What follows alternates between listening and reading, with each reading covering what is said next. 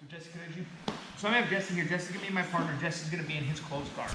So again, whenever I'm in my opponent's closed guard, the thing I have to think of first and foremost is defense.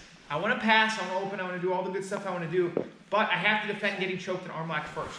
So I want to get my hands on the inside line. I want my head on the center line.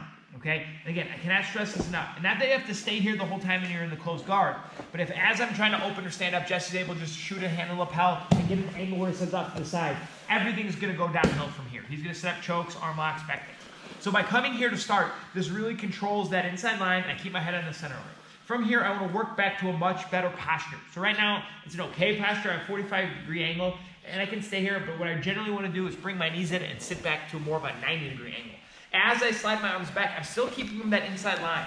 I'm not on Jesse's arms anymore, but if he tries to come under my arms, he can't. They're going to be low. If he comes over them, it's very easy for me to clear because I'm still on that inside line, and notice my head and his head are on a straight line. So what we were doing earlier in the week was going for a 2-on-1 grip when he was trying to grab a lapel, which is one way to stand up, very effective. I use it a lot, that's why I teach it. We're going to go for something a little different today. Mainly because sometimes you get this position, Jesse knows he's in a bad spot, so he doesn't try to sit up and reach forward because he knows it's going to hurt him. He's just going to stay here, try to keep his guard tight, and make me make a mistake. So what I'm going to do is I'm going to take both of my hands and grab his pants.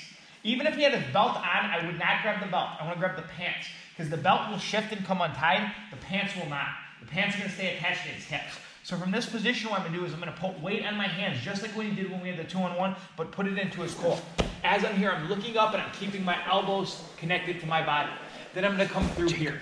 As I'm here, I'm going to walk my knees in. I'm just going to sit back. Some people call this the diving board. It's like you're making his back feel like a diving board. As I'm here, it's going to open his hips up and come to an open guard position where I'm going to start setting up my passes. So I'm just going to create a lot of torque underneath his lower back with both of my knees and my arms pushing through. So let's get it a couple times. So again, start with that inside position, head on the center line, shutting down his offense. I'm going to walk my knees back and my arms are going to come with me. My elbows are in, my hands are in between, so if he does try to sit up and grab lapels, I'm keeping him away, keeping those grips off. If he's not giving me anything, his arms, his sitting up, I'm going to grab 2-on-1 on his pants. And again, I'm going to keep a good grip. I'm not going to grab the belt. I can't stress this enough. The belt will shift up. And there's other things we could do there, but it will be hard to stand up. Grab the pants, and I'm going to stand up. It doesn't matter which side I stand up to, and I'm going to stand up on the other side here. So now I'm here, my head's looking up, my elbows are in. He can try to bring his arms under me to go for like a simple 2-on-1 sweep or a waiter sweep, but I have too much control of his hip. I'm going to walk my knees back, and I'm going to create a nice two-knee kind of seat for his back. And now I'm just going to lift up. From here, I just push back, and now I'm in an open guard spot where I can start going to knee cuts, leg drags, all the different passes will work. Okay? So I'll do it one more time. I'll switch my angle so you guys can see a little bit. Again, arms on the armpits, inside line, head on the center line. When I'm ready, I'm going to come back to a nice tall posture. Elbows are in, and hang out from here. See what he's going to do. You're very safe as long as you keep your base and your hands in front. If he's not giving me his arms, I'm going to get 2-on-1 grip on the pants. Okay? From here, I'm going to push in. I'm going to stand up one leg, look up to the ceiling, stand up the other leg, look to the ceiling. Keep my elbows in. And now what I'm going to do is walk my knees back.